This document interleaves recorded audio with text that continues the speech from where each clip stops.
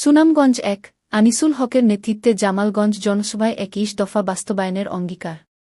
শাহীন আলম, সুনামগঞ্জ প্রতিনিধি। ছবি চিত্র বিস্তারিত। রাষ্ট্রকাঠামো মেরামতের লক্ষ্যে বিএনপি ঘোষিত ২১ দফা বাস্তবায়নে সুনামগঞ্জের জামালগঞ্জ উপজেলায় এক বিশাল জনসভা অনুষ্ঠিত হয়েছে।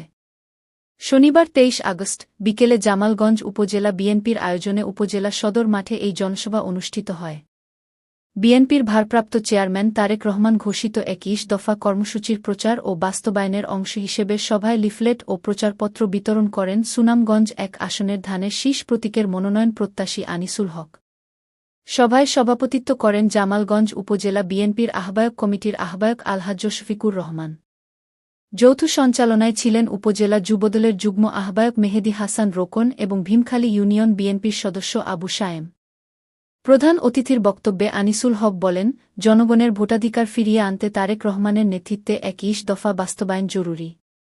আমরা জনগণের পক্ষে আছি। আগামী নির্বাচন জনগণের ভোটে নির্ধারিত হতে হবে। পিআর পদ্ধতি মানি না, মানব না, কারণ এই পদ্ধতিতে জনগণের ভোটাধিকার ক্ষুণ্ণ হয় গি। তিনি আরও বলেন, জনগণ ভোট দিতে চায়, তাদের মতামতের প্রতিফলন চায়। তাই পিআর পদ্ধতি বাতিল করে অবাধ, সুষ্ঠু ও নিরপেক্ষ নির্বাচনের ব্যবস্থা করতে হবে গু।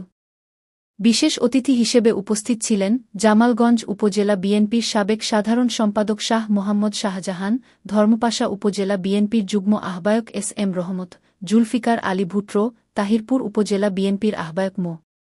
বাদল মিয়া, যুগ্ম আহ্বায়ক রাখাব উদ্দিন, যুবদল নেতা এনামুল হক এনাম, জামালগঞ্জ উপজেলা আহ্বায়ক কমিটির সদস্য জুলফিকার চৌধুরী রানা, গোলাম রব্বানী আফিন্দি, মোহাম্মদ আলী, জামালগঞ্জ সদর ইউনিয়নের আহ্বায়ক কমিটির আহ্বায়ক বশির আহমেদ, জামালগঞ্জ উপজেলা কৃষক দলের আহ্বায়ক মোবারক তালুকদার, সদস্য সচিব আসাদ নূর সাদি, ধর্মপাশা ছাত্রদলের সিনিয়র যুগ্ম আহ্বায়ক হাবিব উল্লাহ সহ স্থানীয় বিএনপি, কৃষকদল, যুবদল, ছাত্রদল ও অঙ্গ সংগঠনের নেতৃবৃন্দ। সভায় বক্তারা বিএনপির নেতাকর্মীদের ঐক্যবদ্ধ থেকে আগামী নির্বাচনে ধানের শীষ প্রতীকের বিজয় নিশ্চিত করার আহ্বান জানান। সুনামগঞ্জ শাহীন আলম।